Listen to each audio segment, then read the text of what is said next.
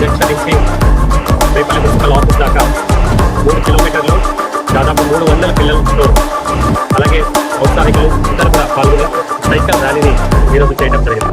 చాలా ఉత్సాహంగా అధికారులు, ప్రజాప్రతినిధులు, స్థానికులు, పిల్లలు అందరూ కూడా పాల్గొనడం జరిగింది. అంటే దేశాభిమానం, దేశభక్తిని చాటుతూ గౌరవ ముఖ్యమంత్రి వర్యులు మనకిచ్చిన పిలుపుని మనం అందరూ కూడా స్పందిస్తూ ఈ రోజు రేపటిలో చక్కటి కార్యక్రమం జరిగింది. అలాగే సైకిల్ యాత్ర చేస్తూ చూస్తే వాళ్ళ అభివృద్ధి కార్యక్రమాలు మున్సిపాలిటీలో ముమ్మరంగా జరుగుతూ ఉన్నాయి.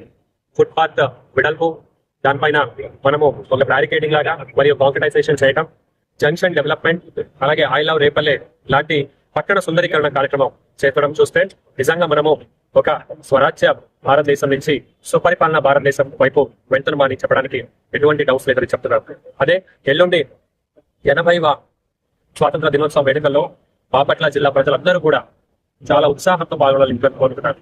జిల్లా స్థాయి కార్యక్రమం పోలీస్ పెరేడ్ గ్రౌండ్ లో గౌరవ శ్రీ కొట్టిపాటి రవి గారు జెండావిష్కరణ చేస్తే దాని తర్వాత గౌరవ వందనం, సాంస్కృతిక కార్యక్రమాలు అన్ని కూడా ఉంటాయి.